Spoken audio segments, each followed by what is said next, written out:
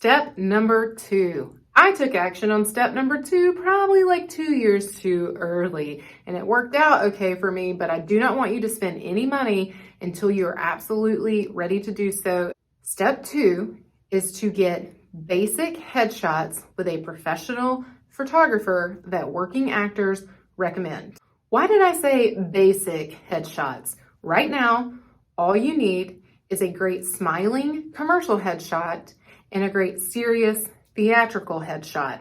You can literally be in the same shirt for both, but you just need these two right now. We are going to up-level these headshots later, and I'll explain that later. Let's break down what you need for these headshots. Make sure you look like you on your best day, natural hair and makeup. The casting director is looking at your photo and you walk in and you look different. They hate that crap. Always get color photos. Unless somebody just tells you a black and white, that is so outdated. And I saw a photographer say something on Instagram to actors about getting black and white headshots. Maybe models need that, but you as an actor, no. They want to see you. They want to see your eyeballs. That's like the most important thing to them. And they can see your hair color, your eye color, your skin tone. They want to know all of that just by looking at the photo, just like that. So color photos only. My opinion is that natural light is best for you to get started.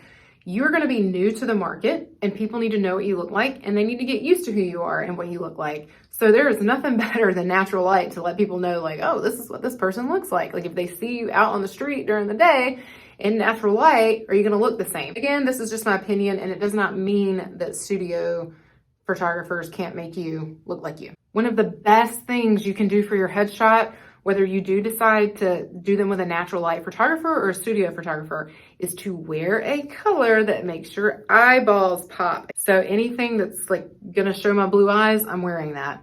I promise you there's a color that you look your best in.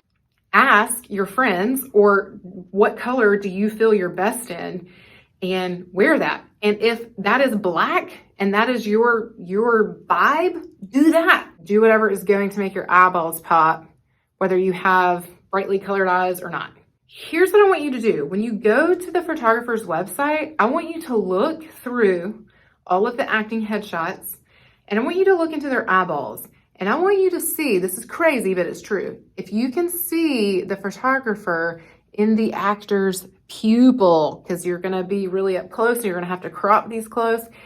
And a good photographer knows how to stand like mine does. So when she's doing her camera and whatnot, she's like skinny in my pupil. I've read casting directors say that something has jarred them about somebody's headshot and they realized finally it was that the photographer was reflecting in the actor's eyeball and they were just like full on in the person's eye. And it's crazy how much you can see in the reflection of their eyeball. So I told you knowing working actors was going to come into play. Now that you're in acting class, you can start asking other actors, hey, what headshot photographer do you like? Your acting coach may also have a recommendation.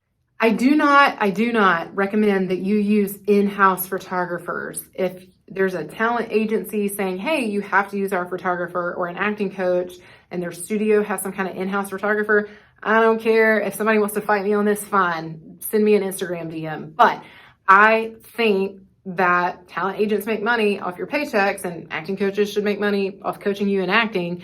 And if they just have, an affiliate to an affiliation and maybe they do make some money off of that, that's very different than, hey, this is our in-house photographer and you have to use them. No, you should have the autonomy to find someone that you like, that you feel comfortable with, because that's important too, and that is within your budget to get you what you need. So your quick action step today is to research headshot photographers in your area and start making a list of photographers. Your slow action step is that you're actually going to get on their schedule once you start having those breakthroughs in class. This is what I meant when I said I did this like 2 years too soon. I happen to thankfully just still look like I looked when I got my headshots because I thought, oh, I just need to go get headshots. No, I was in acting class realizing, whoa, I'm not ready to go do anything yet, to go, get gigs. And thankfully I just still look like I did in those headshots, but I had them for like two, almost 3 years before I started using them. And your hair might be different, you might look different, and you need to look like you as much as possible. But for now, you need to just make that list of photographers. Don't forget to use the Q&A in the course for any of these lessons, and then I'll see you in the next video.